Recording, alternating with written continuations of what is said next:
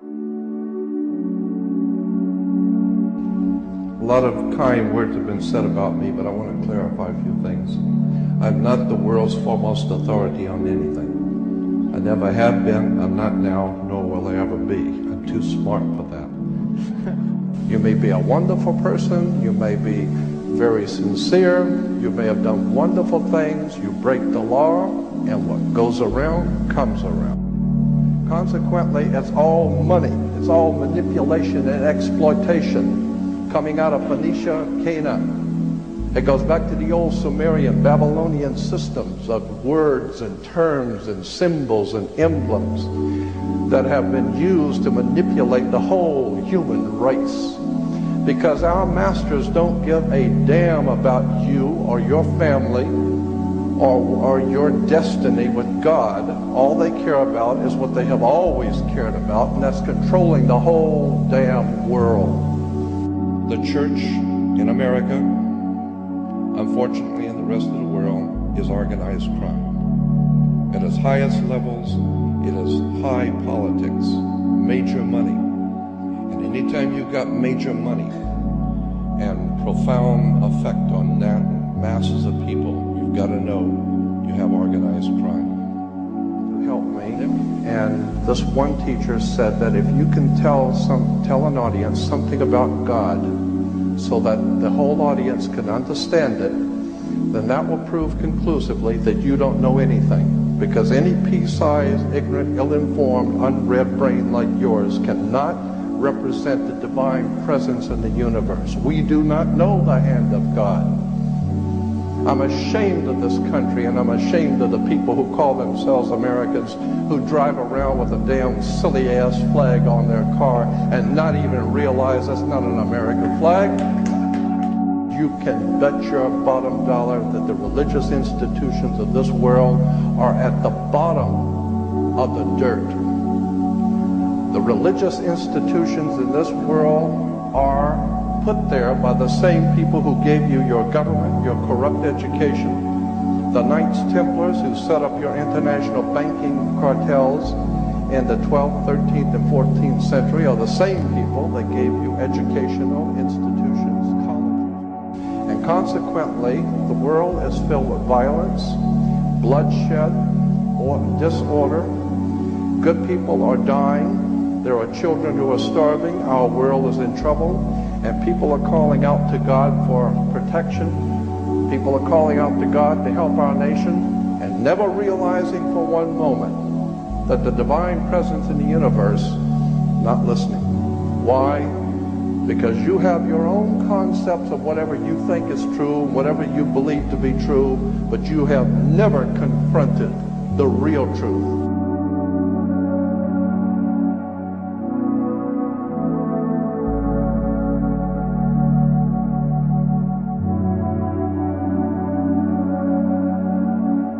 We have something called the California criminal justice system. Criminal justice, not American justice system, not the people's justice system. It is the California criminal justice system. You think that's by chance?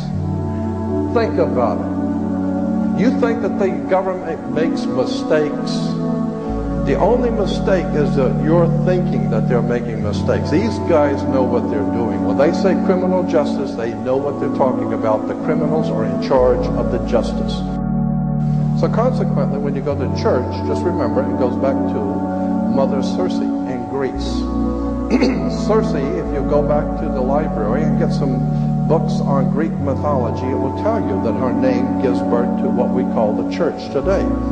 And Mother Circe was able to hypnotize people and bring them into her home, hypnotize them, and so that they would lose their mind and become animals, and then she would feed off of them, eat them and feed off of them. That's Greek mythology, Mother Circe. So consequently, Mother Church has done just that. She has hypnotized people, brought people into her house, and consequently lives off of them. One of the most important financial institutions in the world is the Roman Catholic Church, and all the other churches like the Mormons and Seventh-day Adventists and Christadelphians and Jehovah's Witnesses are trying to catch up with. when you see someone making a speech in that room, look on both sides of the podium. Don't look at the person talking. Look at the symbols. For many will look with their eyes but not see, and will listen with their ears but not hear, and with the heart not get the sense of it. You need to open your eyes and look at the symbols on both sides of the podium, which is about an 8 or 9 foot high fascia, called a fascia, a bundle of sticks with a hatchet head, the symbol of royal power in Rome. I think it was Hiram Mann that said, when no man is safe, when freedom fails, the best men rot in filthy jails, while those who cried, appease, appease, are hung by those they tried to please. Meaning that there can never be a common cause with darkness. There's no place for light dealing with darkness. You have to know the truth and seek the truth, and the truth will set you free. That's an old adage, but it's true. The more you educate yourself, the more you understand where things come from, the more obvious things become, and you begin to see lies everywhere. And now you're in tune with God, and now you can begin to see where things have come from and where they're going. In a law dictionary, you talk about being human. You know, well, I have human rights, the Human Rights Commission. You know what the word human means in a law dictionary? Hue is a word for color. So you're a colored person, hue, man. You look up the word human in a law dictionary, and it says, sea monster. Law dictionary, not Jordan Maxwell. Sea monster. Okay, you look up the word monster. A monster is a human being by birth, but in some parts resembling a lower animal. A monster, having no inheritable blood and cannot be an heir to any land. So much for being a human being. Do not take anything for granted. Mr. Palmer, Mr. Manly Hall once quipped that always trust a person looking for the truth. Don't ever trust the one who's found it. Because the universe is not only stranger than you imagine, it's stranger than you can imagine.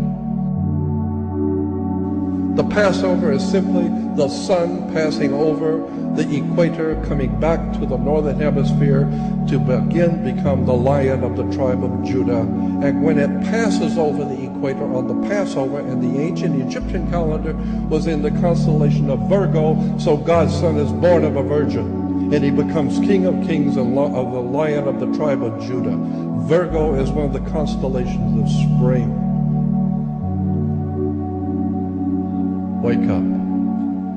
The entire thing is astrotheology.